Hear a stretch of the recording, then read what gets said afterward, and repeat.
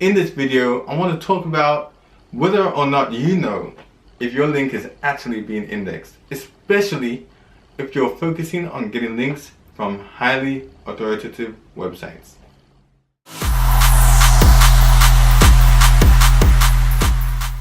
So this is a big thing that keeps on getting overlooked by many people in the industry, but especially those who don't really understand SEO and the ins and outs of it. In a nutshell, if you can get relevant links from authoritative sites, then your site should be able to rank higher. One of the things that really gets overlooked is that people, they actually try to get links on really authoritative sites, but then their links are on pages that either don't get indexed, or if they do, they don't really grow in authority. People will be doing a link arms race. They'll just be chasing that high authority. Look, please get me a link that's a domain authority of 60, 70, 80, 90. Get me a link from the BBC.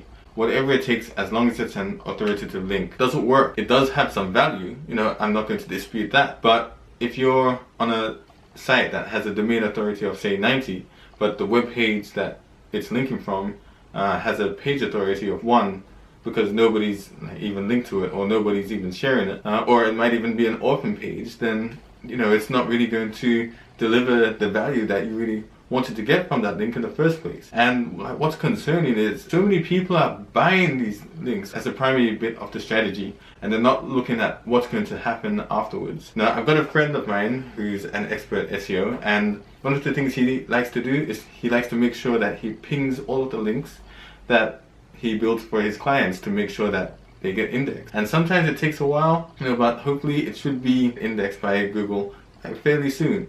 If you stick with those sites that are credible, then generally it isn't an issue because their content is continually getting indexed and it's not a problem. But then you've got other sites, where they publish lots of content, but it's harder for Google to find where the links are, simply because of the way they might have structured their site or where your piece of content might be. And you're not getting the value that you think you're getting from it.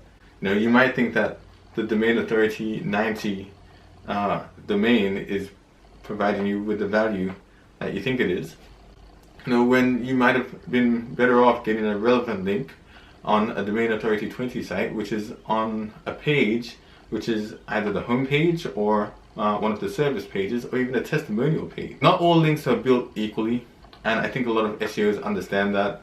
I think a lot of business managers are starting to understand that as well. Just be cautious with the types of links that you're getting, especially if you're looking for high authority sites.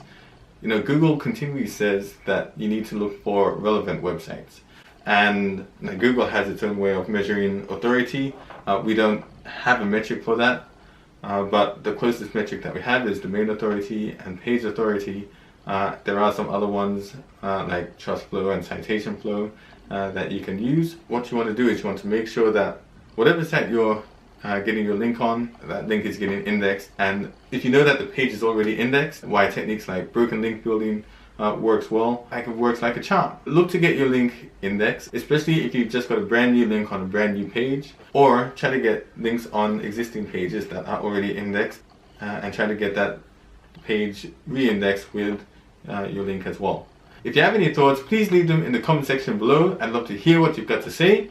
Thanks for watching, and I'll speak to you next time.